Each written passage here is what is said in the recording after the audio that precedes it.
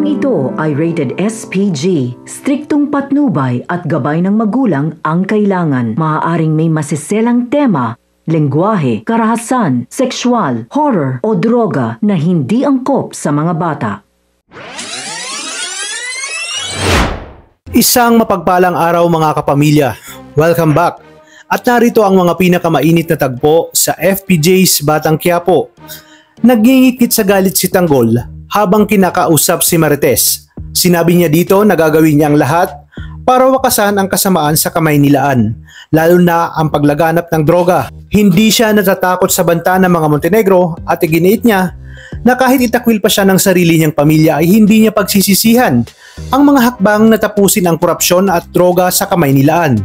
Sa kampo naman ni Ramon ay wala namang balak umatras at ipagpapatuloy pa rin ang transaksyon ng droga at hindi niya alam na lihim silang minamanmanan ni Enteng at sa pagkakataong ito ay wala silang lusot at walang ligtas.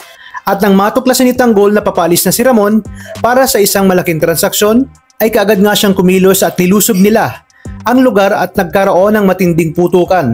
Nito napalingon si Ramon sa isa sa mga umatake dahil parang pamilyar sa kanya at may kutob siyang nakita niya na ito o may malalim silang koneksyon.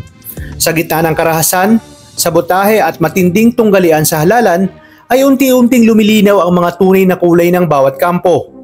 At sa kabila ng pag-angat ni Tanggol sa bilang ng boto ay hindi pa rin ito nangangahulugan na siya ay panalo na sapagkat may mas mabigat na laban pa siyang dapat kaharapin. At ito ang pangdaraya sa eleksyon at ang lumalalang kasamaan sa Kamaynilaan. Habang si Tanggol ay porsigidong tapusin ang korupsyon at pagpapalaganap ng droga, ay sinimulan na nga ni Lucio at ng kanyang mga kasabwat ang manipulasyon sa nangyaring botohan. Ngunit magawa man nilang baliktarin ang boto, sa bandang huli ay mananaig pa rin ang katotohanan dahil sa kaliwat ka ng protesta ng taong bayan laban sa mga gerero. Kaya naman kapamilya, patuloy ang pagsubaybay dito lang sa numero 1 serye ng Sambayanan. Maraming salamat sa inyong panonood at pagpalain tayong lahat, kapamilya.